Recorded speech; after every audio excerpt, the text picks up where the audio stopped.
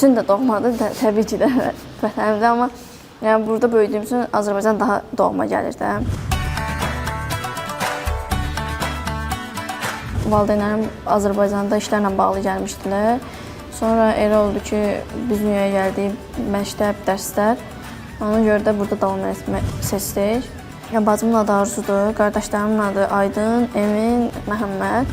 Qardaşlarım hərbi xidmətdə olublar. Biz burada Azərbaycanda yüngül yeməkləri öyrəşmişik də, yemək, pendir, belə, nə bilim, çor çörək, şirin çay. Ora getdik ki, səhər-səhər düşmüşük bufetə. Nə olsa yaxşıdır bufetə. Nə düyü, nə bilim, makaron, nə pirajkiyə oxşar, bulkalar falan. Amma onlar səhər ağır yemək. Öncə baxırdı, çox yemək yeyə bilmirdik səhər-səhər, yüngül yeyirdik. Orta məktəbə belə rus sektorunda təhsil almışam. Ali məktəbdə hal-hazırda rus sektorunda oxuyuram. Şəxsi məşqçiyə yol gedirdi. Deməli, müəllim birdən qayıtdı ki, bax, Çinli qohumundur.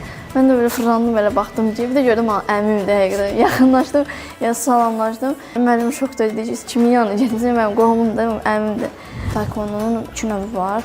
Mən Pumse növündəyəm. Pumse kompleks hərəkətlərdir. Öz yarışları var. Azərbaycanın himni çalınanda qürur hiss duyuram. Və böyük həvəslə oxuyuram. Hədəfim dünya və qitə çempionatlarında Azərbaycan bayrağını ən ucalara qaldırmaqdır.